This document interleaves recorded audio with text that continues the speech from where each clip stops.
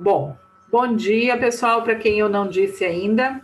Então, hoje nós vamos fazer uma aula um pouco diferente, como eu já tinha comentado. Nós vamos fazer o nosso processo de revisão, né, do nosso material que a gente propôs para a gente fazer, um relatório de enfermagem, né, referente a um paciente cirúrgico. É isso, né, que a gente fez? Foi o que eu passei na semana passada, né? Para a gente fechar. Sim. Depois que a gente fizer esse resuminho, a gente aproveita e conversa um pouquinho sobre trabalho em equipe, tá bom? E aí, como eu comentei um pouquinho antes, eu já tá lá no WhatsApp de vocês, tá? No WhatsApp do grupo, o trabalho de... É um trabalho, na verdade, é um resumo, eu coloquei como resumo. É um resumo geral para vocês terem noção do que são os pontos chaves para você realizar atividades dentro do centro cirúrgico, tá?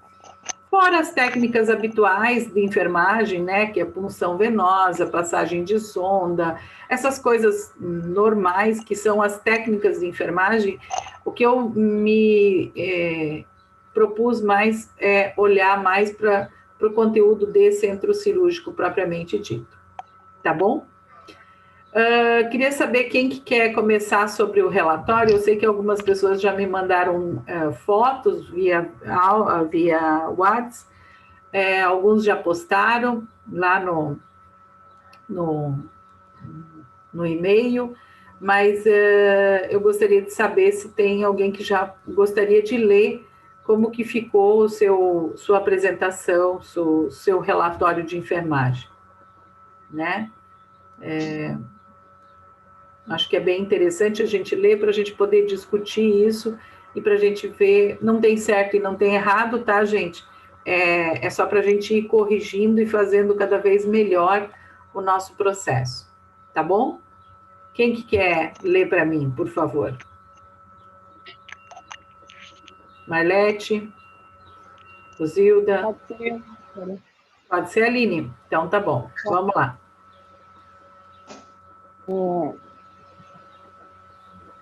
Data dia 19/10/2020, às 21h15. Admitido paciente José Antônio de Jesus, data de nascimento dia 1 do mês 1 de 1996, acompanhado com sua esposa, orientado quanto às normas do setor. Paciente com todos os exames solicitados pelo Dr. João Petri, anexado com um prontuário médico.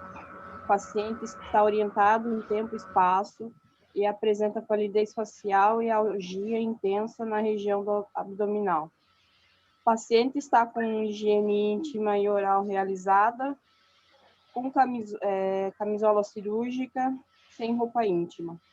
Realizado tricotomia na região da cirurgia, tirado e entregue adornos para sua esposa. Paciente e esposa estão orientados quanto ao diagnóstico e a cirurgia que será realizada ao mesmo. Relato estar em jejum há mais de 10 horas, medicação em uso por via parental, antibiótico, profilaxia e dipirona para dor. Nega alergia a medicamentos. Da minha assinatura e o número do registro do Correio. A data, novamente, dia 19/10/2020, 21h30. Paciente admitido na sala 3, conferido o acesso venoso no dorso da mão esquerda, abocate 18. Às 14... Daí, aqui, professora, eu fiquei em dúvida aqui, ó. Como não fui eu, né? Como não fui eu que fiz o acesso venoso, eu tenho que colocar a data que foi foi feito em seguida daí? A data que foi... Não, a data que foi feito, quem fez, tá? Então, assim, isso mesmo, acesso venoso presente em local, né, sem aspecto flogástico, sem rubor, sem nada, realizado por fulana de tal, no horário tal, tá? Porque ela já deve ter colocado no relatório de enfermagem dela que ela fez o acesso venoso, tá? Você só está retificando que ele vai continuar no centro cirúrgico com esse acesso. Tá, então aqui é só repetir daí, no que estava lá, que a professora tinha escrevido, ó, dia 14/10, às 18h35, realizado pela técnica de enfermagem Eliane. Isso? É isso mesmo. Só falta escrever como está o acesso, então. Isso mesmo. Tá. Daí a minha assinatura e o número do correio. Isso. Dia 14/10/2020, às 21h39. Auxilio o anestesista na posição do paciente para aplicar a anestesia. Realiza a passagem de sonda musical de memória número 16. Colocação de placa de cautério. A linha e o número de corrente. 19/10/2020, às 21h45. Auxilio a paramentação da equipe médica. Assinatura e carimbo novamente. Dia 19/10/2020, 21h50. Paciente posicionado em decúbito dorsal com apoio de membros inferiores. Realizado antisepsia local em desirmante, cloroxidina cloro 2%. Assinatura e carimbo. Dia 19/10/2020, 21h58, realiza antisepsia com iodo povidine colocado campo cirúrgico sobre o paciente. Mas só que assim, esse não é teu, né, Aline? Esse é da instrumentadora, então esse você não põe, tá? Daí eu coloco ela? Não precisa colocar nada, porque isso é o básico deles, e quem vai descrever essa situação cirúrgica toda é o cirurgião, tá? Então, você não precisa se preocupar com isso. O que você precisa entender é assim, ó, que desde que você entrou, você não viu os dados vitais do teu paciente, e isso é uma obrigação sua. Então, assim, exato, Então, por isso que é bem importante a gente rever essas questões, não tá certo e não tá errado, tá, Aline? Tá tudo tranquilo. Então, assim, o que eu recomendaria, né? Para um procedimento de centro cirúrgico, você não precisa abrir as abas, por exemplo, assim, você não precisa colocar a data, o horário e daí fazer a descrição e assinar. Você pode sempre continuar na mesma, você abre a entrada do paciente no centro cirúrgico e você faz um texto comprido e só fecha ali no final, tá? E assina no final. A não ser que você saia da sala. Então, por exemplo, o que você vai fazer? Recebi paciente, não precisa colocar nome, nada, porque o prontuário é dele, entendeu? Então, você está falando dele.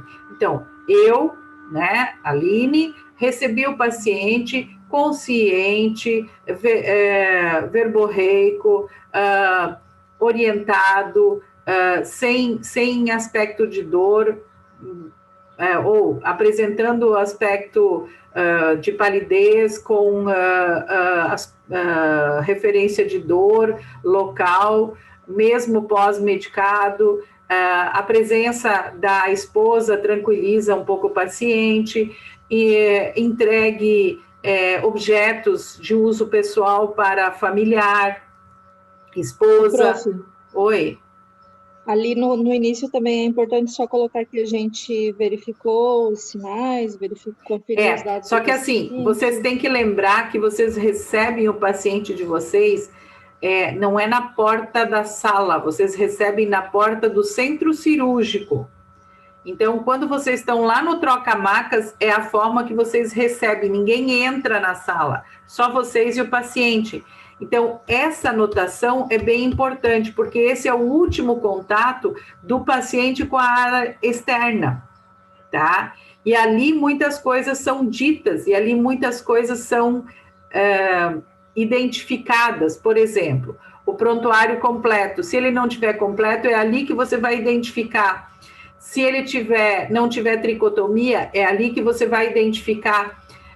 Se ele tiver apresentado algum tipo de intercorrência, tipo um vômito, ou ele tiver urinado, ou ele tiver defecado até, entre a saída do quarto e a chegada, né? Por exemplo, se ele tiver defecado primeiro, que não pode entrar no centro cirúrgico, porque daí ele já vai entrar contaminado, então tem que levar o paciente de volta, dar um banho no paciente, depois trazer ele com todo um outro processo. Então, essas coisas da porta de entrada são bem importantes, tá, gente? Então, ali você faz o screening, tipo assim, ali você tira uma foto da entrada do paciente. Ó, o paciente assim, assim, assim, recebeu assim, assim, assim, ele estava ok, não tinha nenhum tipo de questionado a questão, pode colocar assim, questionado presença de órtese ou prótese, né? Então, quer dizer, tem prótese dentária, tem algum aparelho auditivo, alguma coisa, usa algum tipo de medicamento que não foi colocado ainda, familiar, usa algum tipo de medicamento que ele não lembre, né? Então, não, é só isso e tal.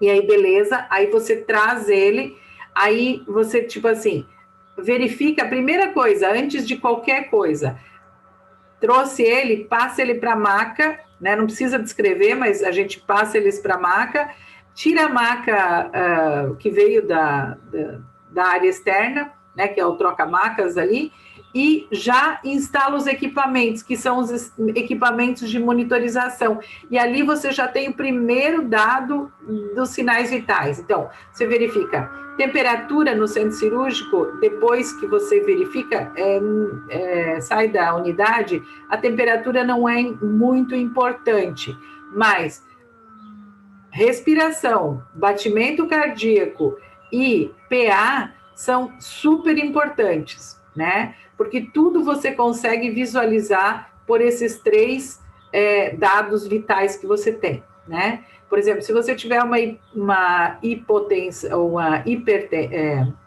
hipertermia, você vai poder fazer um diagnóstico, você vai poder avaliar isso no batimento cardíaco e no batimento na respiração. Por quê? Vai aumentar o batimento cardíaco e automaticamente vai aumentar o ritmo respiratório. Então, o paciente vai ficar mais taquipneico. Então, isso é uma característica, tá? Mas, às vezes, tem termômetro também no centro cirúrgico e, às vezes, como no caso dele, ele já tinha um quadro um pouquinho alterado de temperatura, não custa vocês olharem a temperatura dentro do centro cirúrgico. Também pode, não é impeditivo, tá?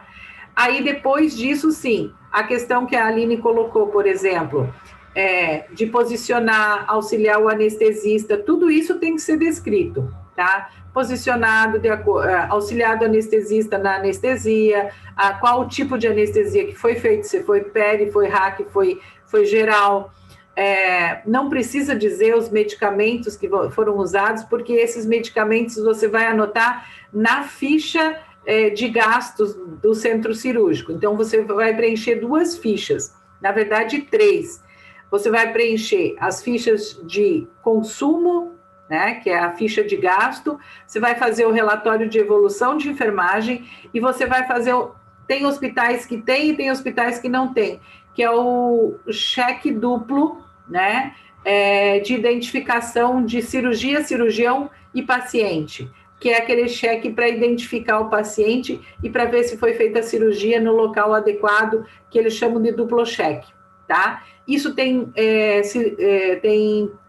hospitais que têm CCIHs que determinam isso, e tem hospitais que não têm, mas eu estou passando para vocês, e eu acho que vocês já ouviram falar sobre isso, é imprescindível que vocês saibam, né? Não quer dizer que talvez no hospital que vocês vão trabalhar tenha, tá? Mas tem essas 3 formas de você fazer o cheque do paciente. É tipo um checklist mesmo, que você faz quando o paciente chega. Você faz o checklist antes da cirurgia e você faz o checklist no final da cirurgia. São 3 folhas que você completa com esse checklist. São 3 checklists diferentes e que esses checklists vão para a região de CCIH e ficam dentro do prontuário do paciente, principalmente se tiver qualquer intercorrência com esse paciente, tá? Esse checklist ele é importantíssimo no processo jurídico, tá? ele é fundamental, ok?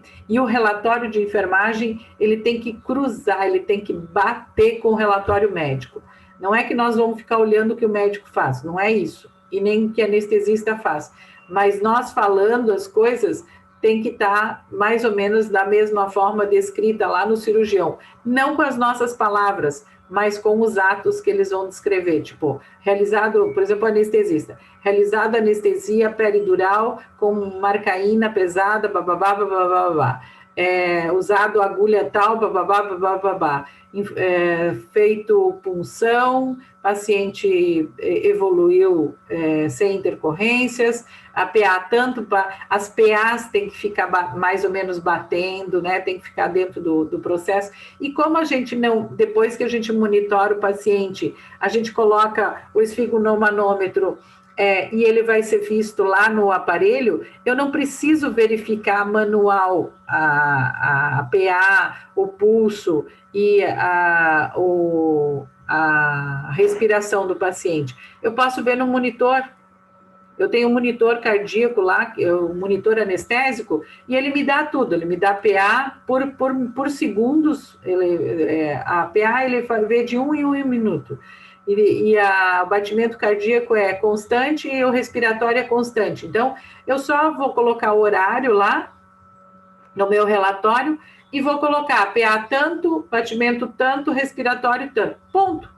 Eu copiei, mas não fui eu que vi. Não tem problema, porque a máquina, o equipamento está fazendo isso online, tipo, simultâneo.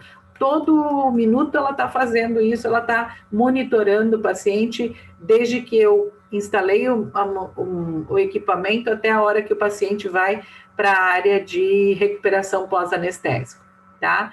Então, esses processos que a gente vai colocando, né, a gente vai anotando eles.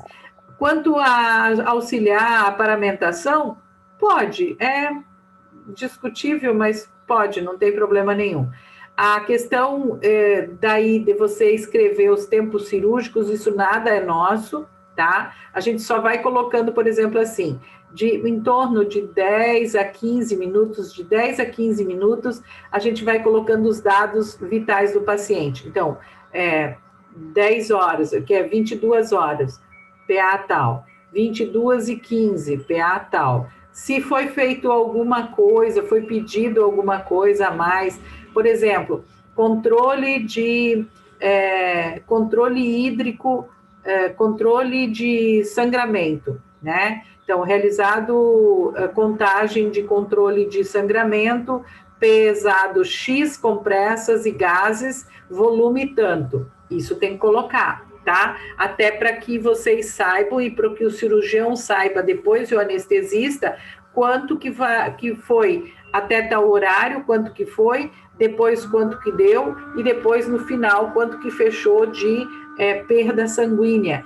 Por exemplo, em cirurgias de grande porte, isso é fundamental para a quantidade de reposição de plasma sanguíneo ou até de plaqueta sanguínea, né? Ou hemácias. Então, assim, depende muito do que você está fazendo de cirurgia. Então, essas contagens e esses equilíbrios hídricos são importantíssimos. Por exemplo, você vai sondar, como a Aline fez. A Aline sondou o paciente dela. Perfeito, não tem problema nenhum. Só que, assim, vai ter que fazer, se de repente perceber que esse paciente, durante meia hora, ele teve quase 1.000 ml de urina, então, tal hora, 1.000 ml ou 600 ml, que é uma quantidade grande de urina, esvaziado bolsa, né, esvaziado bolsa coletora com 1.000 ml de urina, né? Se o paciente tem, sei lá, um outro tipo de processo que precisa ser observado, né, um dreno de tórax, por exemplo, acontece, às vezes o paciente fazer uma cirurgia e ele tem um dreno de tórax, recebido o paciente com dreno de tórax, com quantidade tal, observado que está nivelado, um dreno aberto, fechado, então tudo isso, né, precisa ser anotado, tá ok? Mas, Aline, eu acho que assim, a sequência tá legal, né? E aqui a única coisa que eu colocaria faria uma modificaçãozinha nessa admissão do paciente, né? E faria esses dados vitais mais frequentes.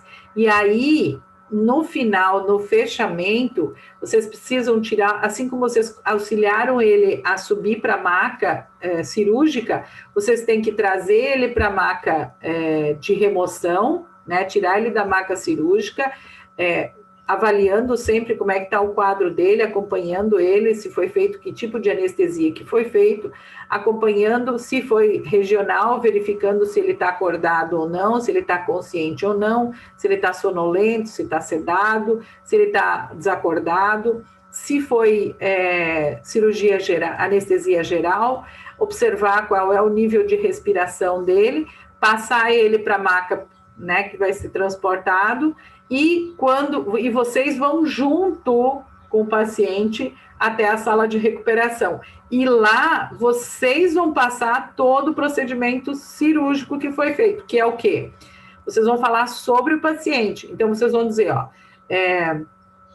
encaminhado o paciente fulano, não precisa nem citar o nome do paciente, encaminhado o paciente para a área de recuperação pós-anestésico, com dados vitais XXXX, apresenta curativo oclusivo pós-cirurgia de apendicectomia,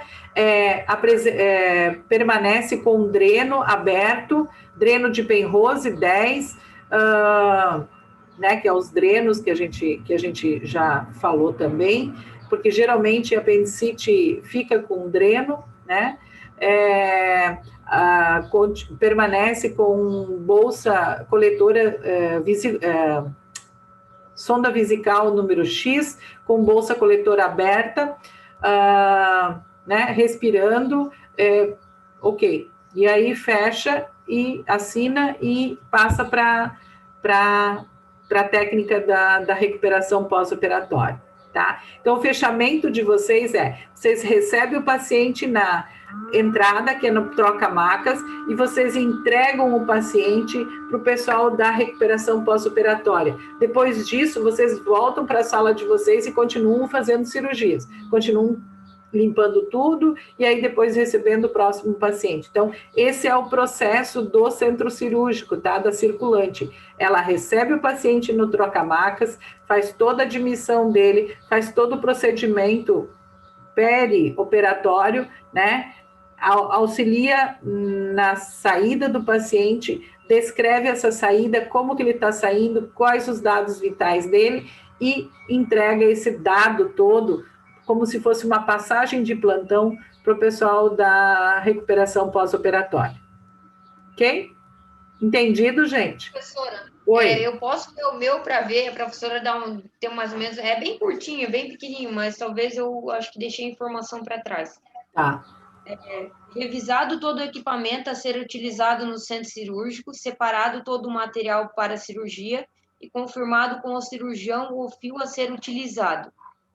Recebido o senhor José no centro cirúrgico às 21 horas, o mesmo encontra-se hipertenso, né, 160/10 ali, normocárdico, taquipneico e temperatura normal, 37,2. Administrado no mesmo anestesia geral por via inalatória pelo anestesiologista. Paciente colocado em posição de decúbito dorsal. Procedimento cirúrgico de laparoscopia realizado no mesmo. Paciente recebido na sala de recuperação pós-anestésica às 21h47, confirmado todos os seus dados. O mesmo encontra-se bem e consciente. Sinais vitais estão sendo avaliados a todo momento. Saturação 96. Eu acho que é uma coisa bem importante, né? O que fica em dúvida aí, Marlete, é essa história do bem. O que é bem para você e o que é bem para mim, tá? Então, assim, quando a gente tem que cuidar um pouquinho de colocar diagnóstico. Então, por exemplo, eu me atenho aos dados, tá? Certo. Então, sempre se atenha aos dados, não faça diagnóstico nem prognóstico. Então, ele não está hipertenso, ele não está normotérmico, ele não está não sei o quê. Dá o dado real. Cada um que lê tem que ter a capacidade de interpretar isso. Então, por exemplo, quando você dá o dado, por exemplo, ele está 160 por 95 de milímetros de mercúrio de pressão. Quem é que vai dizer se é hipertensão ou não? Pode ser que essa seja a pressão dele. Entendeu, Marlete? Mas aí eu entendo, talvez então eu estou levando por um lado errado, professora. Porque no caso a gente teria que usar as terminologias e tem um parâmetro que a gente se baseia, certo? Isso, mas veja só, a evolução da enfermagem é você dizer os dados e não fazer diagnóstico e prognóstico. Então, se você diz que ele é hipertenso, você está diagnosticando como hipertensão. Certo. Então, no centro cirúrgico, a gente não faz o diagnóstico, a gente diz assim, os dados são esses, cada um interprete como... Exato. Então, não interprete os dados, só coloque os dados. Quando você colocar que ele está lúcido, responsivo, aí você está dizendo um dado, ele está lúcido, ele está acordado, ele está falando contigo, ele está respondendo o que você quer, ele está respondendo o que você quer. Ele está apático, tipo, ele está pálido, ou ele está com palidez facial, é um sinal que você está entendendo, que você vê, você está vendo isso. Então, são esses dados que você precisa transcrever para o teu relatório de enfermagem. Que quem lê, a gente sempre tem que olhar para o nosso relatório de enfermagem como se outra pessoa fosse ler ele. E essa outra pessoa é uma pessoa que entende o que eu estou falando. Então, ela vai interpretar aquele dado. Eu não preciso escrever para o paciente, eu estou escrevendo para um outro profissional da nossa área que sabe o que eu estou falando. Tá? Entendi. Então, eu não preciso fazer uma historinha para ele. Eu até fiz uma historinha até para vocês poderem entender um pouco mais sobre o paciente.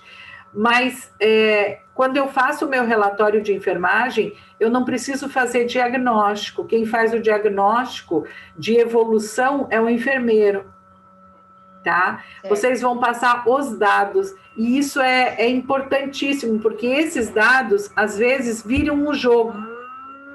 Às vezes, ninguém percebeu coisas que vocês que estão ali no tempo todo com o paciente percebem. Por exemplo, nessa entrada dele ali, Marlete, colocar, por exemplo, como que ele está vindo? Se você consegue identificar se ele está ansioso, se ele está acompanhado, se ele tem algum tipo de prótese órtese, questionar do paciente sobre prótese dentária, entregue para os familiares, né? Eu acho que essa questão que a Aline colocou ali é bem importante. Verificar se ele tem tricotomia realizada, né? Se ele realmente está com o condicionamento, se ele não está de cueca, se ele não está com, às vezes, sei lá, um colar, algum adorno, né? Se ele não está de óculos, tá? Porque às vezes é isso, tão... faz parte da pessoa o óculos, que às vezes ela deita, né? Quantas vezes eu já entrei debaixo do chuveiro com óculos, né? Acho que até a lente de contato, perguntar. Isso, isso mesmo, tá? Se usa lente de contato ou não. Apesar que a lente de contato, como ela fica enclausurada dentro da pálpebra, ela não teria maior problema. Mas o grande problema é se você deixar o olho do paciente aberto. E aí, como você faz anestesia geral, digamos, ele não pisca, e se você deixar entreaberto, isso vai secar a lente, e no secar a lente pode fazer uma irritação bem grande no olho. Então, é um cuidado que tem que ter, tá? Então, tem algumas coisas ali, por exemplo, o ideal é que a gente faça a admissão do paciente no centro cirúrgico, lá no troca-macas, isso que eu queria que vocês entendessem, que a porta de entrada do centro cirúrgico não é igual a outras unidades, que ele vem transferido, vem do pronto-socorro, não, ele é na porta do centro cirúrgico, no troca-macas, lá é a entrada do meu paciente. E ele sai da minha sala, da sala cirúrgica, e eu levo ele para pós-operatório. Dali, ele sai com a outra técnica fazendo a evolução dele do pós-anestésico. Eu já não tenho mais essa responsabilidade, entendeu? Tá? Entendi. Ok? Entendi, professor. Beleza? Nada, imagina. Mais alguém, gente? Professora, Oi, Annelise. eu posso ler o meu? Eu acho que o meu ficou faltando algumas coisas também. Vamos lá. É esse o objetivo hoje, da gente trocar essas ideias e a gente olhar um pouquinho mais para nós entendermos um pouco mais como é que funciona essa história do centro cirúrgico, a relação técnico de enfermagem com o paciente, né? Eu acho que esse é o X da questão. Vamos lá, Nelise. Tá. Realizada a admissão do paciente José no centro cirúrgico, conferido acesso venoso periférico, acesso com boa perfusão, auxiliado na realização do posicionamento de anestesia, anestesia geral realizada pelo anestesista, colocada a placa de cautério, posicionado o paciente em decúbito dorsal, feita a higienização do local da cirurgia, colocado o campo operatório, acompanhado os tempos cirúrgicos, preenchida a ficha de gastos na sala cirúrgica e feito o checklist de pré- e pós-operatório cirúrgico, realizado o curativo cirúrgico, auxiliado anestesista na reversão da anestesia, realizado o transporte do paciente da mesa cirúrgica para a maca e feita a recepção do paciente na central de recuperação pós-operatória. Só isso. Assim, ó. No último, acho que eu deveria ter feito, tipo, feita a transferência em vez de recepção, né? Assim, ó, a evolução dos tempos tá dentro, tá, Annelise? Só que tá faltando dados. Lembra que eu falei para vocês que vocês podiam inventar, né? Que vocês podiam usar a imaginação. Ali está faltando, por exemplo, assim, os dados que você evoluiu do paciente. Por exemplo, você fez o curativo, ajudou no curativo. Como que era esse curativo? Tinha adreno? Tinha sonda? Não tinha? Era um curativo sangrante? Não era um curativo sangrante? Né, porque você faz um curativo oclusivo. Todo curativo que sai do centro cirúrgico, todo curativo é oclusivo, né? Porque ele vai, né? Assim, ó, grudadinho no corpo. Por quê? Para evitar o sangramento, né? Então, eles dão uma firmada bem, colocam um chumaço de gás, às vezes até compressa em cima, para estancar a hemorragia, se caso tiver. Mas todos eles, principalmente uma apendicectomia, ela vai fazer o quê? Ela vai encaminhar como sendo também um material com possibilidade de fazer drenagem, porque eles não sabem se supurou, se pode fazer uma infecção ainda, né? Se tem algum, vamos lá, se tem algum resquício que ficou dentro do organismo, né? Eles, por mais que eles tenham tirado todo o apêndice, ainda pode ficar alguma coisa. Então, eles geralmente deixam um drenozinho para ver se vai fluir algum tipo de líquido, secreção, alguma coisa assim. Então, geralmente em apendicite, claro que é uma coisa que vocês não sabem, mas só para a gente ter noção, geralmente em apendicectomia ou alguma coisa exploratória, fica dreno de Penrose, tá? Então, se tem dreno, se não tem dreno, como as meninas colocaram ali, se fez sondagem vesical, se não fez sondagem vesical, né? Tem bolsa aberta.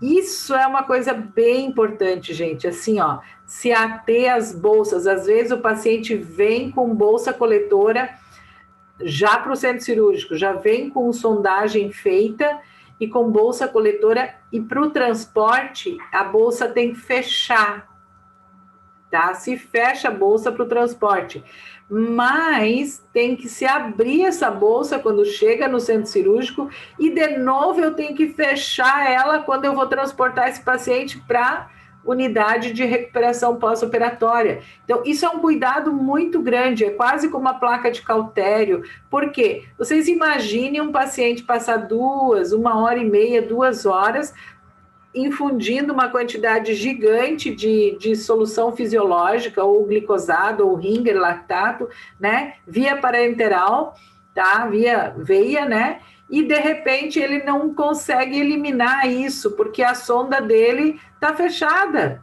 né, e aquilo vai fazendo um globo vesical do tamanho enorme, ele não sente, porque ele está anestesiado, né? Imagina a quantidade de infecção que isso pode fazer para esse paciente. Então, ele vai sair do centro cirúrgico com a cirurgia dele pronta, uma bruta de uma infecção urinária, né? Então, esse tipo de situações a gente precisa colocar no nosso relatório, tá, gente? Por exemplo, ele chegou... Primeiro, não precisam... sempre lembrem que quando vocês fizerem uma evolução de enfermagem, uma evolução lá, um relatório de enfermagem, vocês não precisam colocar o nome do paciente. Por quê? Porque vocês já estão no prontuário do paciente. Tudo lá no cabeçalho, né? A não ser que vocês estão começando uma folha nova, mas no cabeçalho, tem um cabeçalho para tudo. E lá no cabeçalho a gente coloca, daí tem lá, paciente, seu João, barará, idade, tarará. Nos relatórios, especificamente, não precisa colocar nada. Vocês vão colocar o nome do paciente, idade, filiação, número de registro, tudo na ficha de gastos ou no checklist que vocês têm que identificar. Fora isso, né, na evolução, vocês não precisam colocar o nome do paciente, tá? Então, sigam esse processo. Receber o paciente, olhar o que vocês... Lá na listagem de vocês, quando nós... não sei se eu falei com vocês, mas é que eu fico às vezes confuso o que eu passei e o que eu não passei para vocês, mas enfim. Lá quando a gente fala sobre a admissão do paciente, lá na circulante, falei sobre a circulante. Quando a gente fala da circulante, lá na circulante a gente cita alguns itens. Esses itens precisam ser colocados ali na admissão de vocês, que vocês fazem a admissão do paciente no centro cirúrgico, tá? Esses itens. Verificado tal coisa, questionado tal coisa, e aí já coloca a resposta do paciente. Questionado se tem prótese, responde que já foi retirado e entregue para familiar. Questionado qual é o tipo de cirurgia, responde que a cirurgia de apendicectomia com o doutor fulano de tal. Então, já podem responder, ou dizer, respondeu de acordo com o que consta no nosso mapa cirúrgico, confere o mapa cirúrgico, tá? Tricotomia realizada, sem presença de sondagem, apresenta acesso venoso com abocate, bababá, em local tal, realizado por fulana de tal, tá? Encaminhado, apresenta-se assim, com roupa adequada, já com camisola de centro cirúrgico e tal, sem presença de, se quiser citar ou não, né, sem presença de lingerie ou calcinha, nada, né, mas adequadamente para o centro cirúrgico. O adequado é sem roupa nenhuma, só a camisola. Recebido ele e abriu a admissão, o próximo passo é colocar dados vitais. A primeira coisa que a gente faz transfere ele da maca, não precisa nem dizer que transferiu, mas posicionado o paciente na maca cirúrgica, verificado seus dados, sinais vitais. Instala os equipamentos, né, porque daí a verificação geralmente é através do equipamento que fica na mesa do anestesista, que é muito mais prático, né? E a gente já tem que instalar mesmo. Então, já instala ele, já coloca o esfigmomanômetro, já liga o equipamento, já vê que está tudo monitorando, já coloca o oxímetro na mão e perfeito. Monitora a oximetria, monitora a PA, monitora a respiração e monitora o batimento cardíaco. Tá perfeito, tá? Depois disso, auxilia o anestesista na anestesia. Próximo passo é avaliar se, e aí de 10 a 15 minutos, sempre registrar os dados vitais do paciente e as intercorrências que vão acontecendo durante o procedimento cirúrgico. No final, auxilia, no meio ali, auxilia a anestesia, né, ver como é que o paciente reage da anestesia, porque pode acontecer uma intercorrência na hora da anestesia. O paciente pode baixar PA, paciente, por exemplo, assim, importante citar se foi feito modificação de posição do paciente pós-anestésico ou não, usado o Trendelenburger inverso, reverso, pós-anestesia, isso é importante, porque quando faz principalmente hack e anestesia, precisa dar uma baixada na cabeça do paciente, para quê? Para que a hack suba um pouquinho para pegar a altura que precisa, ou ao contrário, dependendo da altura que ele fez, ele vai fazer assim, ele vai fazer a reversa, tá? Que daí é para baixar, para pegar bem a parte de baixo, a hack. Então, isso é importante, que vocês têm que observar o que o anestesista está fazendo, para vocês poderem descrever depois, tá? Ok? Podem até questionar, não tem problema nenhum, o anestesista nunca se nega, dificilmente vai, tudo equipe, tudo faz parte, tá? E aí é o relatório final, é o encaminhamento e os dados vitais finais, né? A forma do curativo, se vai com dreno, se não vai com dreno, é como você está entregando o paciente para outra colega na sala de recuperação pós-operatória, tá ok? Mais alguém?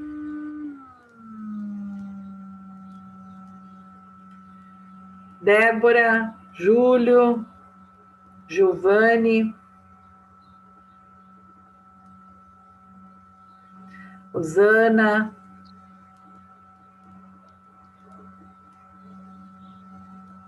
Débora, fez o teu, Débora? Eu fiz, Sora, só que o meu tá lá no computador e meu computador ele não tá querendo abrir, mas eu tô assim escrevendo aqui e acompanhando. Tá bom, então, beleza. No e-mail já. Tá bom, não tem problema. Se caso vocês fizeram e já mandaram e quiserem fazer a retificação, até porque a gente está trabalhando nisso, não tem problema nenhum, tá, gente? Podem mandar um novo, diz professor, esse é o meu, o resumo, ou é o meu novo, é o atual, atualizado, só me descrevam qual que é o verdadeiro, tá? Para daí eu poder guardar só o verdadeiro, né, que vocês fizeram, tá bom? Deixar lá no relatório o verdadeiro, ok? Beleza? Eu não vou deixar o microfone ligado, porque as meninas estão em aula, mas eu vou retificar ali e depois eu mando para você ver por e-mail. Tá bom, beleza, Nilson. Júlio, tranquilo? Sim, sim. Oi, André, ali. Na questão da reversão de anestesia, como é que a gente pode descrever? Escreve anestesia? Isso, por exemplo, assim, cirurgia concluída, né, acompanhado processo anestésico, né, porque, na verdade, toda anestesia, né, ela tem um início, um processo de continuidade e um processo final, de reversão, independente se ela é regional ou se ela é geral. A geral é mais clara, porque na geral eu induzo o paciente, eu faço a manutenção do paciente em parte de inconsciência, né? E depois eu faço a reversão dessa inconsciência, trazendo esse paciente para o consciente. No caso das regionais, que é a peridural e a raquianestesia, eu faço, às vezes, uma sedação do paciente, para que ele não fique acordado durante todo o tempo e não fique agitado ouvindo, principalmente na peridural, onde o paciente sente encostar nele, sente mexer nele. Isso gera muita curiosidade, angústia, né, imaginação do paciente, o que estão fazendo, puxam para cá, puxam para lá, tô ouvindo um barulho de queimado, um cheiro de queimado, o que estão fazendo comigo, né? Então, essas coisas, quando o paciente não tem ideia do que tá acontecendo, e a maioria não tem, então isso é muito angustiante para o paciente. Então, normalmente, o que o anestesista faz? Para que isso não interfira na continuidade da cirurgia, o anestesista deixa o paciente acordado até o início da cirurgia. Iniciou a cirurgia, está tudo certo, o processo foi acordado com o paciente, é isso mesmo, é o local certo, é o processo certo. Então, daí, já o anestesista faz uma medicaçãozinha para o paciente dar uma sedada, então ele afunda na sedação, então ele fica dormindo, né, sedado, e aí quando está terminando a cirurgia, normalmente o paciente, o anestesista faz uma reversão, ele quebra um pouquinho, ele injeta a medicação para dar um antagônico, né, para quebrar um pouco essa sonolência. E aí ele dá um estimulante e o paciente vai voltando aos pouquinhos, ele ainda fica meio obnubilado, fica meio, né, torturoso, mas ele já te responde, ele tem consciência, porque não foi mexido com a consciência dele. E aí você vai fazer questionamentos para o paciente, tudo bem, tá com alguma dor, tá sentindo a perna, como é que tá o movimento da perna, consegue mexer a perna? Claro que ele não vai conseguir mexer, o ideal é que ele não mexa a perna, mas, por exemplo, na peridural, às vezes até ele mexe a perna, mas ele não sente dor, né? O movimento ele até consegue fazer, mas ele não sente dor. Então, essas questões, quando você vai descrever, retirado da maca, questionado ao paciente sobre dor, relata que não tem dor, ou relata que tá sonolento, né? Isso é uma característica dele, tá bom? Ok? Que mais? Alguém mais queira? Tranquilo? Muito bom, muito bom. Eu vou mostrar para vocês aqui. Júlio, quer falar sobre o teu, Júlio? Não, professora, eu fiz um rascunho muito louco com a Mari, daí, como a professora falou, eu vou fazer um verdadeiro, daí, para poder mandar, daí. Tá bom, beleza. Bastante coisa. Assim, lembrem que vocês... isso vocês vão ter que fazer quando vocês forem para centro cirúrgico. Lembrem que isso vocês vão fazer durante o processo da cirurgia, tá?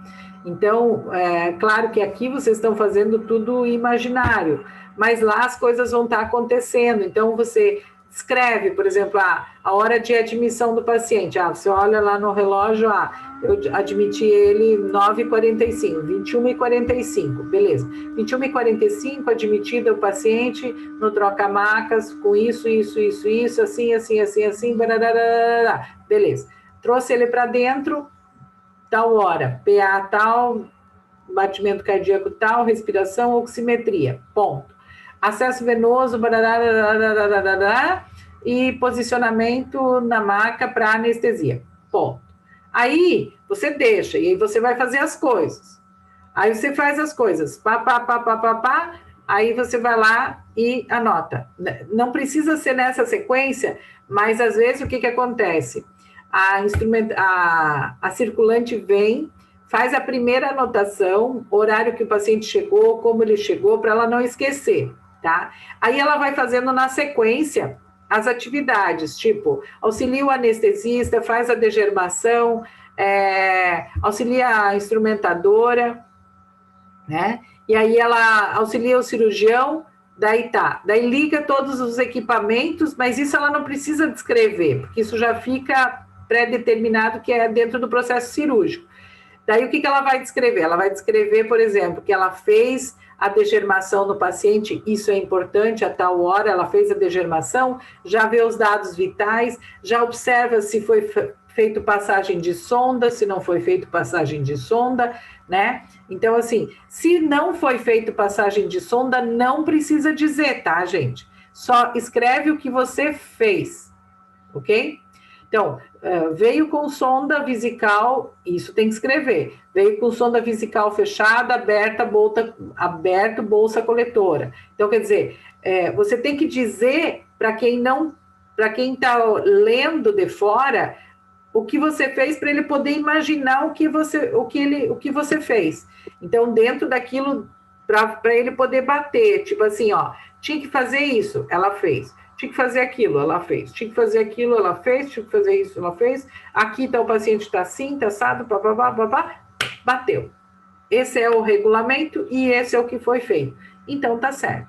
Ela fez tudo dentro da norma. A norma é essa, a sequência da instrumentadora, a sequência da circulante é essa, ela bateu toda e ela contou a história do paciente. Ok? É nesse sentido, tá, gente? Oi? Então, quando a gente faz a anotação no centro cirúrgico, eu não preciso, então, estar a cada procedimento que a gente faz ali, então eu não preciso colocar meu nome, porém, nada. Não, é você diferente das demais anotações. Isso, e aí, assim, o interessante é porque, assim, ó, como o centro cirúrgico ele é um processo grande, geralmente os relatórios de centro cirúrgico pegam meia página para uma página de relatório, tá? E o outro lado fica vazio, né? Porque daí não tem cheque de medicação, não tem nada, tem só evolução de enfermagem. E aí o que acontece? Você vai descrevendo, então você coloca o horário de entrada, né? E aí você faz ponto e coloca horário de novo e continua na mesma linha, tipo assim, é como se você fosse fazendo a continuidade, você não precisa colocar no começo lá, né? Horário tal, data tal, não. Você faz só uma continuidade, o relatório de enfermagem é uma continuidade e no final você assina. A não ser, vamos lá, comecei uma cirurgia e deu meu horário de trabalho, eu vou passar para outra colega, porque a outra colega vai receber essa cirurgia em andamento, porque nós somos uma continuidade, nós somos uma equipe. Então, ela vai chegar, meu turno é das 7 a 1h, são 6 horas de trabalho, a minha colega chegou 10 para 1, e aí eu vou explicar para ela, eu vou passar o meu plantão para ela, e eu já tenho que ter tudo anotado, tem que estar tudo fechado. O fechado é até aqui, até o que eu fiz. Então, Eliane, eu recebi o paciente, eu fiz a checagem de todo o processo, qual é os dados vitais do paciente, ele tem sonda com tanto de volume, tal hora, isso é importante, por exemplo, tem bolsa coletora, a tal hora, a bolsa coletora tinha tantos ml, tá? A tal hora, a bolsa coletora tem mais tantos, mas aí eu tenho que fazer o seguinte, o que eu preciso dizer? Se eu eliminei ou não o que tinha dentro da bolsa coletora. Geralmente, no centro cirúrgico, não se faz descarga de dejetos, para não contaminar o ambiente. Então, não se retira, a não ser que está muito, muito cheia a bolsa, tá? Mas, geralmente, se deixa para esvaziar a bolsa depois quando ele vai para o quarto, ok? No centro cirúrgico a gente não, a tendência é não trabalhar com dejetos, por quê? Por causa do nível de contaminação. Isso é mais um item aí para vocês saberem, tá bom? Então é um parágrafo só, eu escrevo toda a evolução ali da Isso, sempre colocando o horário, que o início é sempre o horário, né? E a continuação. Tá bom? Vou ter que refazer também, que eu fiz tudo errado. Não tem problema. Não é o fazer ou não fazer, é o como fazer, né? Para vocês entenderem como é que funciona o fluxo, que eu acho que isso é muito legal para a gente aprender, né? Mais alguém? Então, tá bom. Bom, agora vamos falar um pouquinho sobre trabalho em equipe. Eu separei um videozinho, uma fala do Cortella. Todo mundo conhece o Cortella? O Sérgio Cortella, né? E o Cortella Mário Sérgio Cortella, ele é um filósofo, é um professor, né, de história também, e eu gosto de algumas abordagens dele, que ele fala de trabalho em equipe, tá? E principalmente trabalho buscando a questão dos resultados, né? E é o que nós buscamos, né? Resultados junto ao nosso paciente. Então, eu vou compartilhar com vocês a minha tela, né? E a gente vai tentar assistir esse videozinho. São 4 minutinhos, é bem rapidinho, tá bom? Deixa eu compartilhar aqui a minha tela com vocês. Deixa eu ver onde é que tá aqui. Tá aqui, ó. Ok. Eu vou aumentar o meu volume aqui só um pouquinho, pessoal, só para mim aumentar o meu volume. E aqui. Deixa eu ver. Ok. Continuar a gravação. Pausa da região. Deixa eu ver aqui.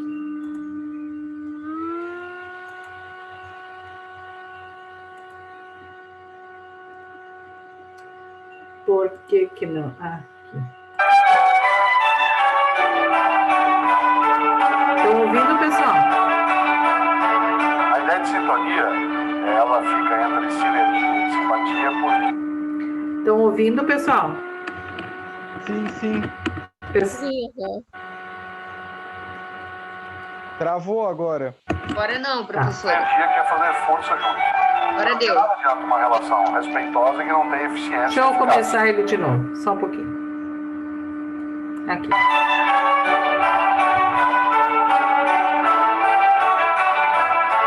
A ideia de sintonia, ela fica entre sinergia e simpatia porque é aquilo que faz a ligação entre a relação respeitosa de convivência frutífera entre as pessoas, que é simpatia, com a sinergia, que é fazer força junto. Não, de nada adianta uma relação respeitosa que não tem eficiência e eficácia.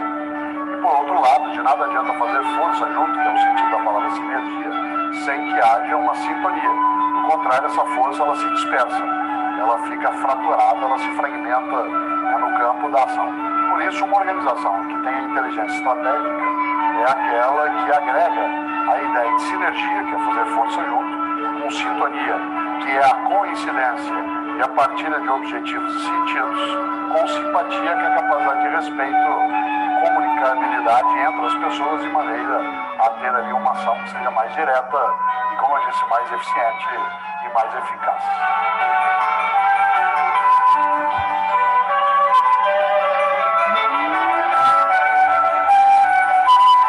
A ciência, o conhecimento científico, o conhecimento da arte, o conhecimento da religião, o conhecimento da filosofia, eles avançam a partir da quebra daquilo que parece evidente.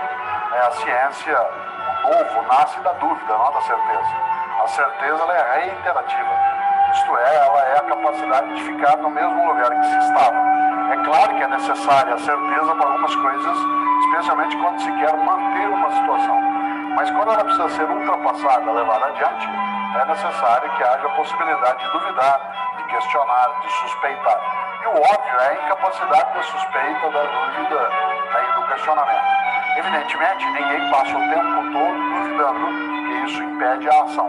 Mas a ausência de dúvida, de suspeita, de questionamento, ela aprisiona cada um e cada uma dentro daquilo que já se estava. A pessoa fica conformada, aprisionada dentro de onde já estava. Isto é, fica ilhada, isolada.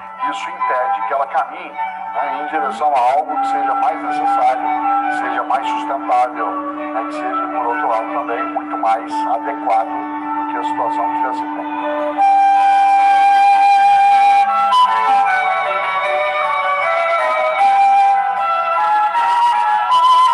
A filosofia, ela não tem todas as tarefas, nem seria capaz de fazê-la, mas ela tem uma especial. A história, a filosofia, a capacidade de indagar. Isto é, se perguntar sobre os porquês, em vez de apenas se contentar com os como. Só se contentar com aquilo que é a explicação do funcionamento, da operação de algo. Mas, acima de tudo, ser capaz de perguntar pelas razões, pelos sentidos, e não apenas em relação ao modus operandi que alguma coisa tem. A filosofia pode fazer isso, é uma das maneiras de fazer, e eu busco fazê-lo nas organizações. A filosofia não é sempre positiva, ela também tem as suas formas ditatoriais, dogmáticas, haja vista que ditaduras de qualquer tipo sempre tem os seus filósofos. A filosofia não é por si mesma, não é positiva. Ela é positiva quando ela é capaz de estilhaçar o óbvio, de ir além daquilo que é aparente, de não se contentar, né, com a mera simulação das coisas. E aí sim, nas organizações isso ajuda a ultrapassar alguns limites para que se entenda que fronteiras não são barreiras, elas são apenas demarcações das quais é sempre possível e é necessário ir além.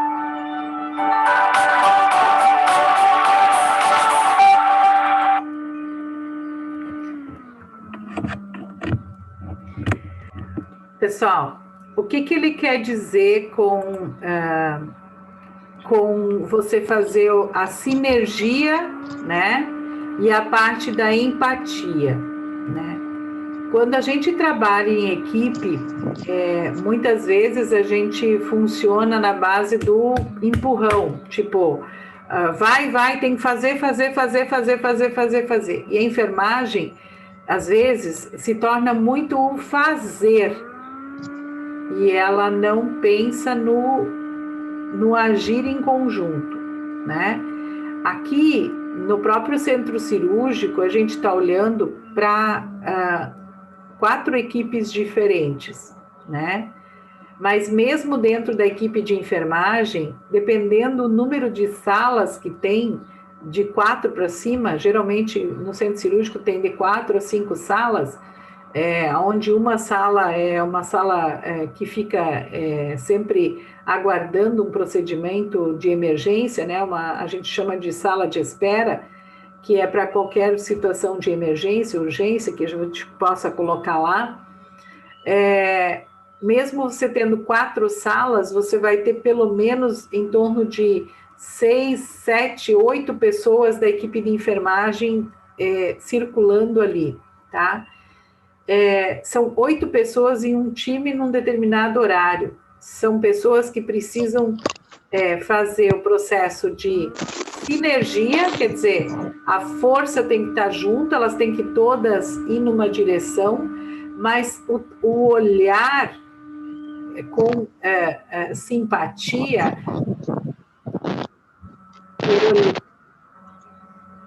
o olhar com simpatia, tá?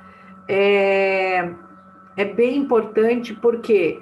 Porque se eu não trabalho tranquilo, se eu não trabalho num ambiente harmonioso, eu não consigo fazer a sinergia, eu não consigo fazer o trabalho. Então, hoje, um dos nossos grandes problemas dentro das equipes de enfermagem é essa questão de você não conseguir fazer a empatia com a sinergia. Você não conseguir trabalhar essa unificação e ir em frente, né? Porque parece sempre que eu tenho uma predisposição de fazer uma luta, como se o ter a razão o tempo inteiro fosse a máxima. Então, por exemplo, é uma rixa entre o turno da manhã, da tarde e da noite, é uma rixa entre o centro cirúrgico, a UTI e o pronto-socorro, é uma rixa entre a ala de cirurgia com a ala de clínica, com a ala de pediatria, uma rixa com a farmácia, uma rixa com não sei o quê, rixa. E nós somos todos profissionais. Somos todos juntos, nós queremos um só objetivo. Qual é o nosso objetivo? Qual é a nossa sinergia que tem que seguir? É o nosso paciente sair saudável de dentro da nossa área, do nosso hospital. Então, o que a gente quer é que esse paciente receba alta. A máxima para a enfermagem é o paciente ter saúde, é ele ter alta.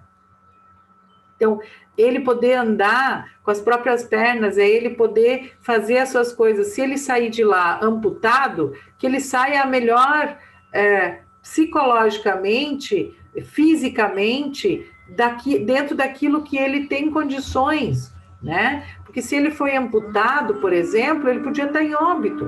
E não é isso que a gente preconiza, né? A gente não quer o óbito, né? Por isso que a gente briga tanto na questão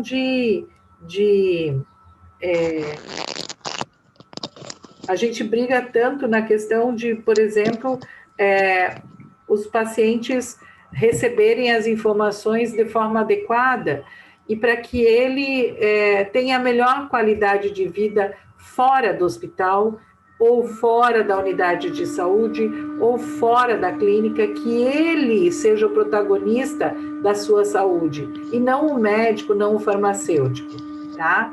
Então é bem importante que essas questões a gente possa levar isso para o paciente e a gente possa trazer isso conosco no nosso dia a dia, tá?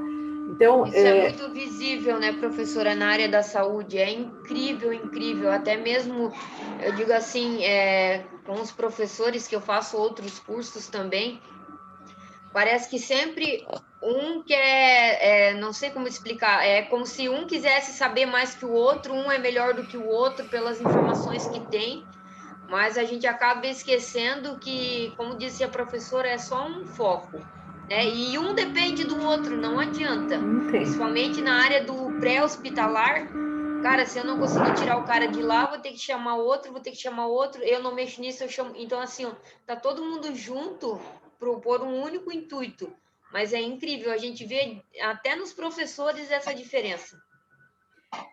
Infelizmente, e aí assim, né, quando a gente começa a olhar esse ângulo, sabe, Marlete, a gente começa a entender por que a enfermagem não é valorizada, né? A gente tem brigado tanto, eu estou há 20 anos na área de saúde, tá, gente? E esses 20 anos que eu estou na área de saúde, há 20 anos a gente fala a mesma coisa. Há 20 anos a gente está brigando para ter um piso salarial, a gente está brigando para fazer 6 horas, a gente está brigando para fazer 30 horas, né? Então, assim, faz 20 anos para mais, porque antes mesmo eu já ouvia falar essa questão. Então, assim, quando eu estava na faculdade eu já ouvia isso falar, né? Então, eu me formei, eu sou profissional. Uma das coisas que o pessoal falava muito, né, e se fala muito ainda, é assim, enfermeiro ganha mal. O enfermeiro, técnico de enfermagem ganha muito mal, né? Se você quer ser rico, você não vai trabalhar na enfermagem. Gente, se eu quero ser rico, tá? Eu tenho que definir o que eu quero. Se eu quero ser rico, se eu quero ter muito dinheiro, né? Eu não vou trabalhar nesse processo. Eu vou ser um empresário. Posso trabalhar na área de saúde e ser muito rico? Posso. Posso ser um inventor, invento um equipamento aí para enfermagem, para segurança, para saúde. Cara, vou bombar vendendo. Quem diria que os caras que fazem aqueles termômetros de laser iam ganhar tanto dinheiro quanto eles estão ganhando hoje? Não tem termômetro, gente, no país, foi tudo comprado. Os caras não conseguem produzir no tempo que eles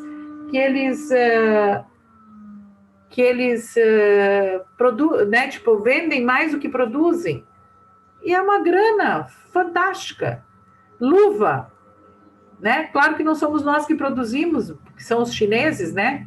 Mas vocês viram o preço da luva? É o equipamento. Eu posso inventar uma coisa que, sei, um fio diferente, sei lá, eu vou fazer alguma coisa diferente. Posso fazer isso relacionado à saúde? Posso. Tem gente ganhando, por exemplo, quem faz telemedicina está bombando, né? Então, assim, tem como ganhar dinheiro na saúde? Tem. Mas se você fizer um processo honesto, se você fizer um processo que realmente agregue valor ao teu paciente, e não fazendo essa briga interna, né? E quando a gente trabalha em equipe, eu sempre tentei trabalhar em equipe, e as minhas equipes graças a Deus, assim, eu sempre tive excelentes equipes.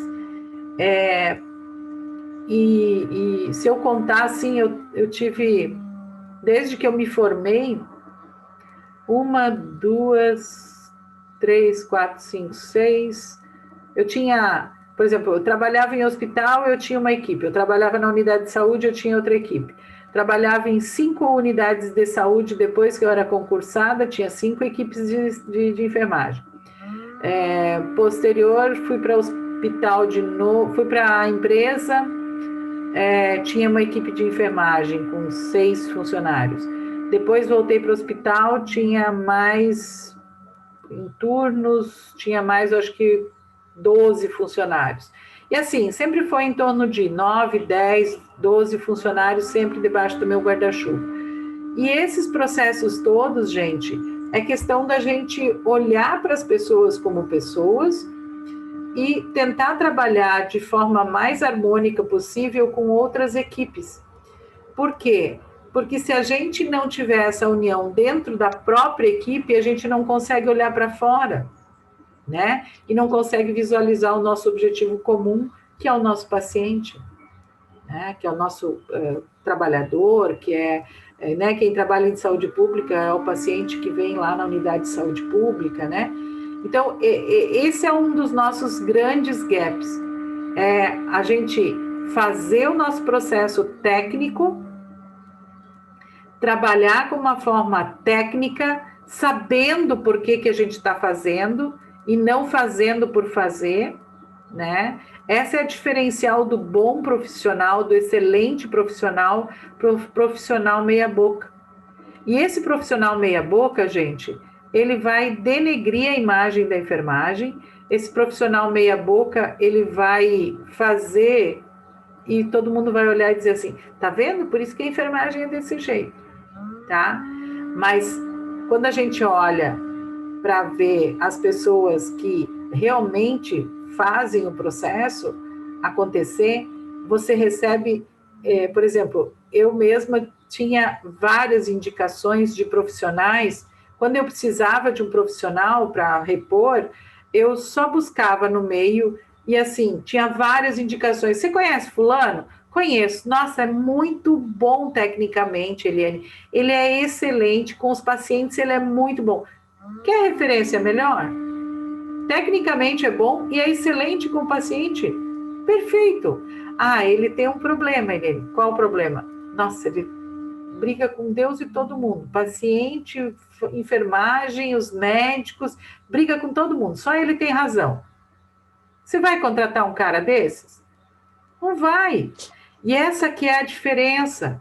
Quando você começa a fazer a repercussão do teu nome, do teu profissionalismo, tá? Você vai ser referência em alguns pontos. E quando você não é referência em alguns pontos, os outros te referenciam, tá? Ah, mas eu não ligo para o que os outros falam. Ok, eu concordo com você, não precisa ligar para o que os outros falam. Mas é importante que você tenha uma boa referência para um bom profissional, né? Sabe o que eu percebo, assim, professora? Às vezes eu penso, talvez eu esteja até errada, como eu disse, mas é aquele negócio, claro, dentro de toda a profissão, e principalmente dentro da enfermagem, porque é algo que a gente está mexendo com a vida, né? Tem as suas funções, cada um tem as suas funções.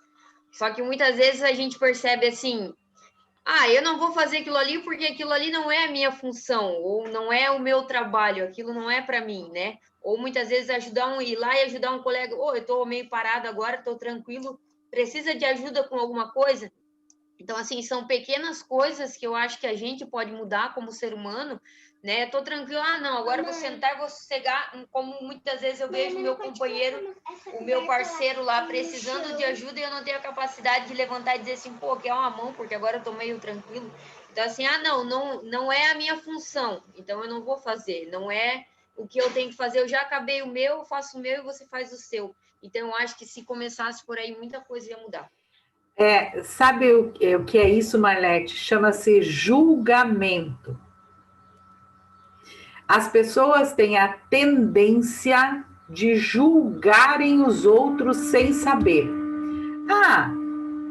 seguindo esse teu exemplo aí que você deu, né, Marlete?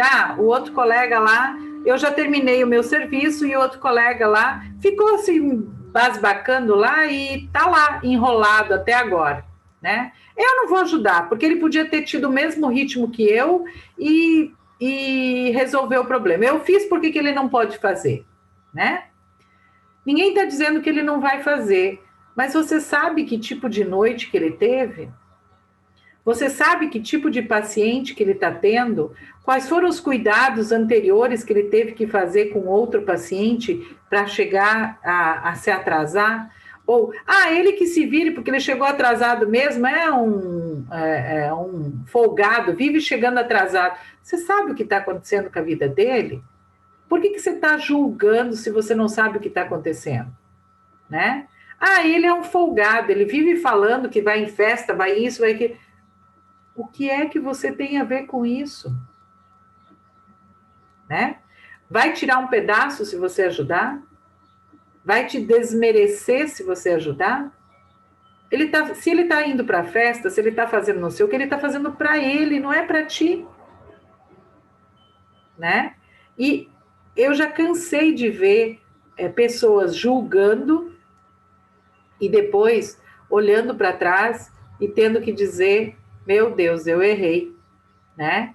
Por exemplo, pessoas que em algum momento fizeram situações, né? Fizeram julgamentos e quase acabaram com a vida de outra pessoa porque julgaram sem saber nada. E tem muito disso no nosso redor, não é só na enfermagem, mas no mundo como um todo.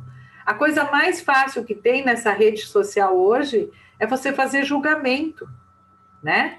Você vê uma foto e mas isso é uma vagabunda, isso é não sei o quê, isso é não sei o quê. E aí você não sabe o que é o contexto daquela foto, como que foi tirado, se foi tirado agora. Tá vendo, tiraram a foto agora, o cara tá lá na praia, sossegado e tal. É uma foto que foi tirada, sei lá quando. O cara tá, às vezes, muito mal, depressivo, isso, aquilo. Ou ele tá fazendo a foto porque ele quer sair de um processo depressivo. Não sei, gente. Então, assim, não cabe a mim julgar. O que cabe a mim, como profissional, é fazer o meu processo, é estar em paz com o meu processo e criar dentro da minha equipe esse processo de sinergia, como disse o Cortella. Sinergia é força para ir para frente e simpatia. Simpatia que é de união de equipe, de pessoas. Eu ser simpático comigo e com os outros, para quê? Para que eu possa agregar todo mundo no mesmo objetivo para seguir em frente. Então, se nós conseguirmos fazer isso dentro dos nossos estágios, dentro dos locais de trabalho, lembrem, não julguem. Julgamento é uma coisa que não nos cabe. Julgamento, ninguém está aqui para viver a vida do outro. Preocupem-se com as suas próprias vidas. Não julguem o hospital, não julguem o paciente, não julguem nada. Vocês não viveram o que essas pessoas viveram. Então, assim, o relatório de enfermagem desse ficou pior que aquele. Não julguem, não julguem. Cada um vai ter o seu processo. Se ele não fez bem feito hoje, não é agora que às vezes ele vai responder por isso, é lá na frente. Então, assim, façam o seu melhor. Trabalhem em equipe, né? É esse recado que eu tenho para deixar para vocês. Trabalhem em equipe, trabalhem o melhor que vocês puderem, se realmente é isso que vocês querem para o futuro de vocês. Enfermagem, em profissão nenhuma, deixa ninguém rico. Eu acho que o que a gente precisa é ter qualidade de vida, o trabalho é para nos dar o sustento para ter uma boa qualidade de vida. E quem faz a qualidade da nossa vida somos nós mesmos, não é o dinheiro. Prof. Tá? Oi. Eu trabalhei numa instituição e quando nós entramos, nós recebemos orientação, fizemos todos os procedimentos como fazer com o paciente dentro da unidade, né? Uhum. Tinha alguns que tinha que ser com elevador para tirar correto, não podia pegar em 2 pessoas. Aí cada dia você trocava uma técnica e uma ajudante da casa. Daí a psicóloga pegou e falou, se alguém falar, vamos fazer rapidinho que não tem ninguém vendo, tu não faz, porque tu vai levar suspensão. A gente sempre tinha 2, 3 que não gostam da gente, né? Vamos fazer assim, assim não tem. E daí um dia eu fiz errado, eu falei, não, eu não vou fazer porque eu aprendi que para fazer o correto assim não dá. Não tem ninguém. Justo no dia que eu fiz, ela foi lá e me entregou para enfermeira-chefe. Mas eu levei uma mijada que eu fiquei uns 3 dias pensando naquilo. Eu falei, nunca mais.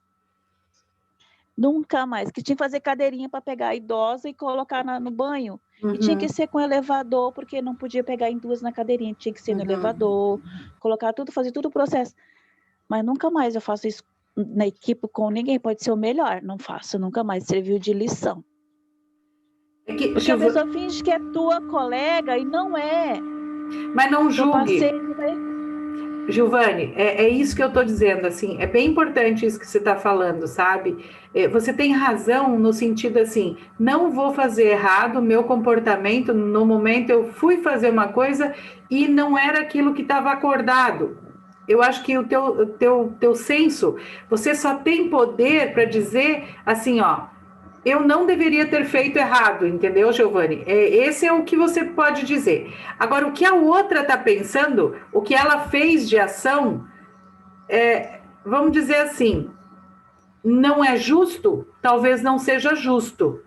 Mas estava certo que ela te entregou? Infelizmente, se você olhar por um outro ângulo, estava certo, ela te entregou porque você fez errado, né? Ela fez também? Aí é julgamento. Entendeu? Parece uma coisa meio ruim da gente ouvir, né? Mas pense que você só pode responder por aquilo que você faz, Giovani. Então, por exemplo, se num próximo momento alguém quiser fazer um procedimento que não está dentro daquele que é correto e você considera como correto, ok, não faça. Faça por você, tipo assim, ó, olha, eu fui orientada a fazer desta forma e é desta forma que eu vou seguir. Não precisa entregar ninguém, não precisa ir lá reclamar de ninguém, faça o que é correto. Ninguém vai falar mal de você e ninguém vai ficar pontuando isso para ninguém. E aí você evita de fazer o teu julgamento, tá? E evita de levar rancor, sabe, Giovani? Esse é o grande problema. Quando a gente julga, a gente leva rancor. E esse rancor, ele machuca a gente, ele não machuca os outros, porque o outro está lá, ele está com os problemas dele lá. Mas a gente fica machucada, porque isso machuca, incomoda a gente. Eu falei assim, eu nunca mais pego o plantão com ela no final de semana seguinte, peguei 12 horas com ela. Eu falei, não lasquei, agora. Aí eu falei assim, aí eu não levei nada. Falei, não, tudo bem. Só que daí ela foi fazer, vamos pegar a dona Alzira lá. Eu falei, não, ela não tá no nosso corredor, nós não vamos fazer. Eu falei, ela tá me testando de novo, pra ver se me pega. Não vai me pegar mais, não vai. Aí eu fiquei muito... Serve pra aprender, né? Isso mesmo. Quer dizer, você só vamos lá, né, Giovani? Você só é responsável pelos seus atos a partir do momento que você os faz, né? Então, se você disse, não é o nosso processo, beleza, você assumiu o teu ato, era aquilo que você tinha determinado. A enfermeira vem e pede assim, Giovani, venha me ajudar aqui a ajudar aquela outra colega que vocês já terminaram. Ok, é um pedido de um supervisor que vai te orientar, entendeu? Então, ele está pedindo ajuda. É diferente, né? Mas o colega vai dizer, vamos fazer tal coisa. Pô, a gente nem sabe o que está acontecendo lá com o outro paciente. A gente nem sabe exatamente como que ele passou. A gente não recebeu nem plantão desse outro paciente, entendeu? É verdade. Né? Então, às vezes, a gente vai no intuito de querer facilitar ou querer... Professora. Oi. Professora. Mas quando a gente faz alguma coisa assim, tipo que o supervisor mandou a enfermeira, a gente coloca na nossa anotação também, né? Conforme enfermeira tal, foi pedido, foi feito. Perfeito, perfeito. Conforme a enfermeira solicitou revisão do curativo pós não sei o que, não sei o que, não sei o que. Ah, por que foi feito troca do curativo? Mudança de decúbito, né? Mudança de decúbito, né? Por que você mexeu no curativo que eu tinha acabado de fazer? Porque a enfermeira veio aqui, tá aqui, ó. A enfermeira pediu para mim fazer um novo curativo porque estava sangrando, porque o médico veio e tirou o teu curativo que você tinha feito. Entendeu? Então, a enfermeira pediu para refazer o curativo. Ponto. Mas anotem. Tudo que vocês fizerem, anotem. Por quê, gente? Porque a defesa... segundo que você cuidou do paciente, você tem que anotar. A partir que você saiu do lado dele, você anote tudo, porque sempre tem alguém vendo você atrás de você, dos lados, direito, esquerda, sempre tem um vendo você. Meu Deus. Não, é verdade, é verdade. A gente precisa... A enfermagem, o respaldo da enfermagem, por isso que eu sempre falo que aquele jargão que existe na evolução da enfermagem, eu tenho verdadeiro horror, que é aquele assim, paciente passou bem sem intercorrências. Paciente bem sem intercorrências? Então ele está fazendo o quê neste hospital? Se ele está bem e não tem intercorrência nenhuma com ele, está fazendo o quê esse cristão? Vai dormir na casa dele, né? Eu fico puta, eu fico louca, né? Então, assim, evolua de forma correta. Eu não tenho tempo de fazer evolução. Cara, desculpe, mas vai ter que fazer. Você se propôs a fazer. Eliane, peraí, mas a noite foi muito agitada, não deu para fazer. Então, assim, ó, conversa com a enfermeira, diz, olha, a noite foi agitada, não veio colega tal, você sabe disso, eu não tive tempo de fazer o relatório de enfermagem. Eu vou ficar mais tempo para fazer o meu relatório de enfermagem, mas eu não vou sair sem relatar as coisas que eu fiz à noite, ou de dia, ou no turno da manhã, ou no turno da tarde. Porque, gente, o relatório de enfermagem é a coisa mais importante que me tira da cadeia. Tá? Eu fui cuidar de uma idosa e a família, ela trabalhava, não se familiarizou com o lar que ela estava. Levaram um apartamento e levaram ela, e eu fui cuidar dela. Tinha evolução de todo o passo a passo da idosa o dia inteiro, às 12 horas e à noite. Uhum. Ninguém saía sem fazer o papel e assinar. Uhum. Mas é Se óbvio. ela tomasse meio copo de água, 10h25, dona Ilka tomou um copo de água, não aceitou a água, não aceitou fazer caminhada em volta da piscina, tá? Tinha que colocar... Eu achava que isso era uma besteira, mas depois que eu comecei a acompanhar ela em fisioterapia, em todos os médicos, eu fiquei 1 ano cuidando dela, em todos os médicos, fisioterapia, eu vi a importância que a anotação de enfermagem tem. Até eu ir na casa, acompanhar, eu aprender a fazer junto com ela. Então, eu vi a importância que a anotação de enfermagem, a evolução tem. Com certeza, com certeza. Ok, pessoal? Então, é isso. Hoje é a nossa última aula, né? Agradeço imensamente a oportunidade de estar aí com vocês, de conversar, de trocar ideias. Foi muito legal, apesar da gente ter começado na metade, né? Metade para frente, foi só 10 aulas, mas foi bem legal, né? Foi bem interessante, assim. Tirou um pouquinho também.